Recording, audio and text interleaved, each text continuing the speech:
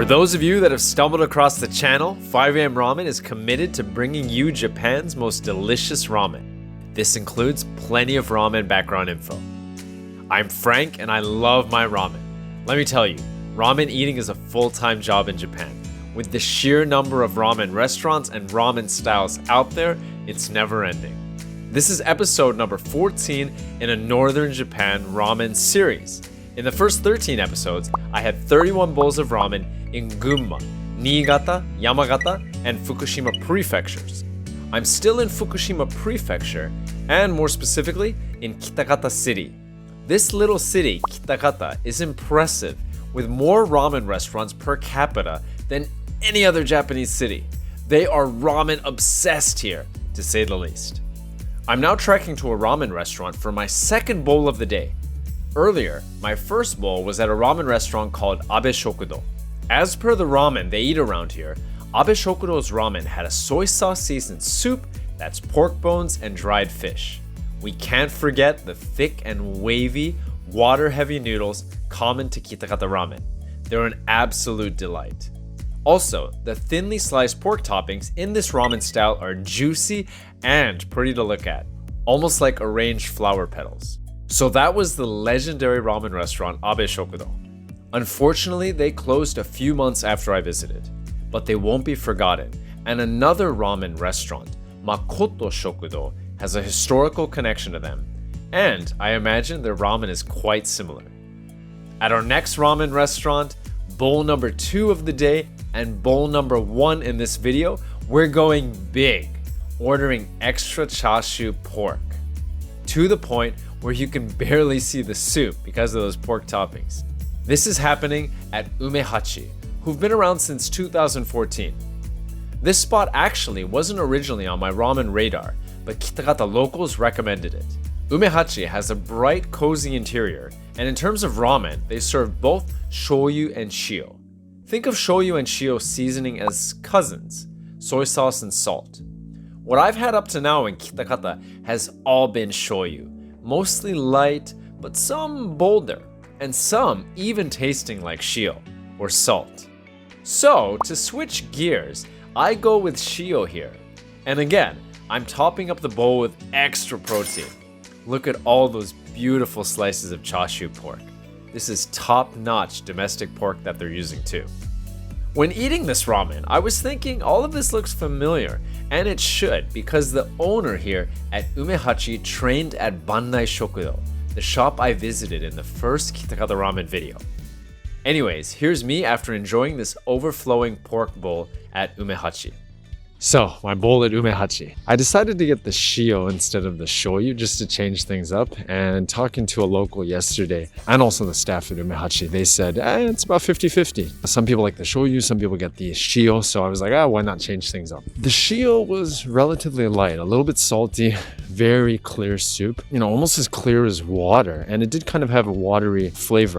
And that doesn't mean it didn't have flavor, it was just more on the watery side. And the noodles had a lot of water in them as well. So it was a very clean bowl, let's say. And because of that, somewhat of a contrast with Abe Shokudo, the previous place. And I went big. I got the chashu men, so extra pork, quite filling. But I'm still on a ramen rampage, so still got more ramen to eat. Another thing that was a contrast was the fact that this place was a little bit newer, and Abe Shokudo was really just frozen in time. In other words, Kitakata is a fun mix of old and new ramen restaurants. For the next place, I plan to visit Kiichi, one of Kitakata's most famous places for ramen. But unfortunately, luck was not on my side and they were closed. But all this means is I've just got to come back to Kitakata in the future, and including Kiichi, I still have some other spots to cross off this never-ending ramen list. Yeah, so a little bit of a curveball as to my plans here. Now I have to figure out my next ramen shop, kind of throws a wrench in the works here a little bit. Might go back to my ryokan, just hang out there, take a breather, and figure out my next course of action. Having a little bit of time to digest though is not a bad thing. So I didn't go back to my ryokan or hotel, but reconfigured my ramen route while walking. I simply jumped ahead to the next one on my ramen list, Ramen Ipe. It was a bit of a hike to get there from where I was, but the opportunity to digest is always welcome. I had the whole place to myself when I arrived, and on the menu, I went for their What makes this bowl different is that they add a generous amount of pork back fat, or seabura, to the soup. And the soup is, well, you know the drill. It's soy sauce based or shoyu seasoned, and a double soup of pork bones and fish. But due to that pork back fat in the soup, this ends up being the heaviest bowl I had in Kitakata.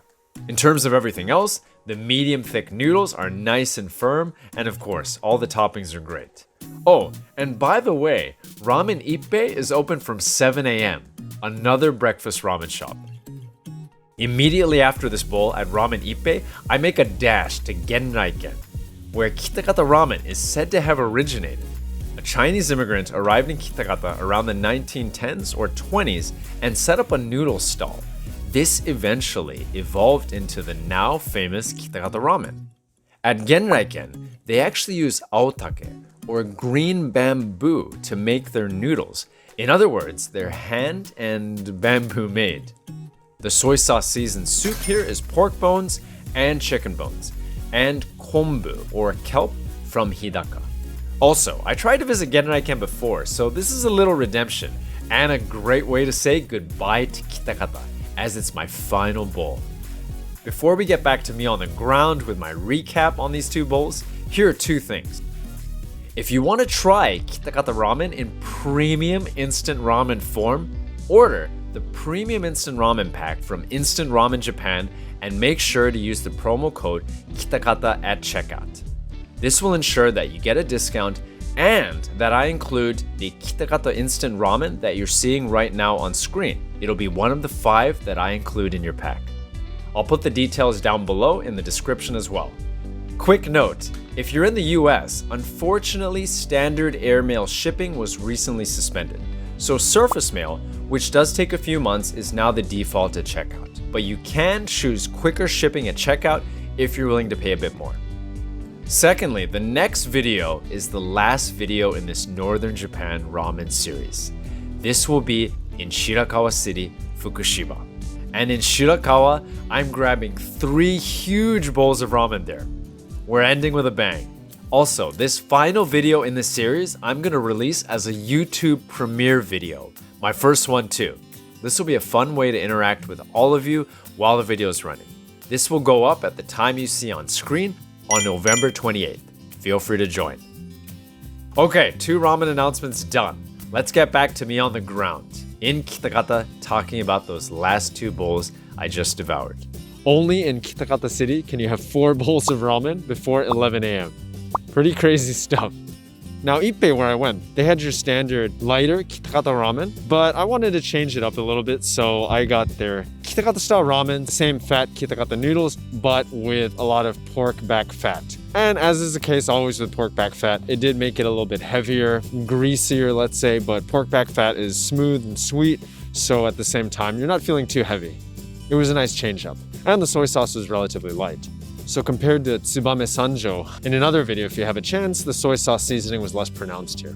Big space over there at Ippei, and a little bit farther from central Kitakata. But 20 minutes if you walk briskly.